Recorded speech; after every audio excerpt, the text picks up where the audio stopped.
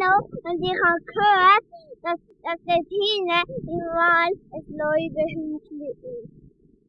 Das gehen wir jetzt suchen. Dort hinten ist es.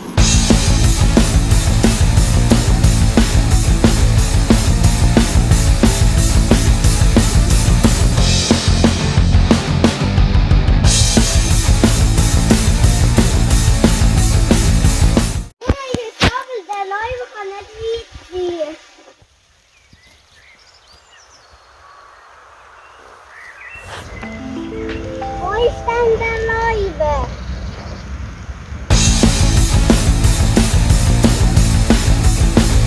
Da unten ist er auch nicht.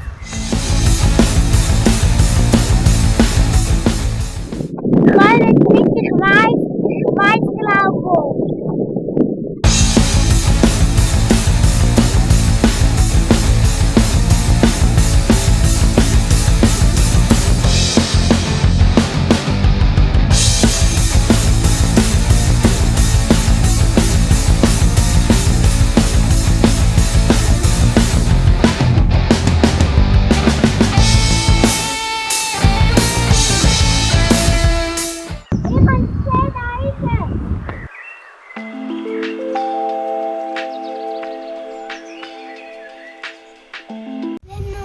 Schau, ob der Räuber da ist.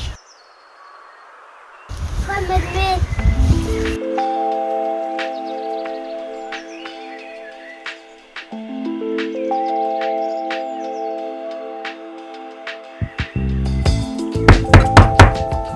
Wer ist da?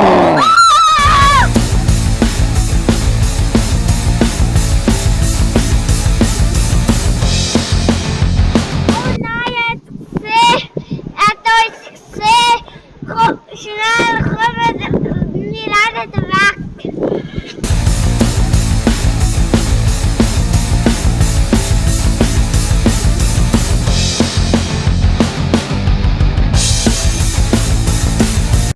Wir haben es geschafft.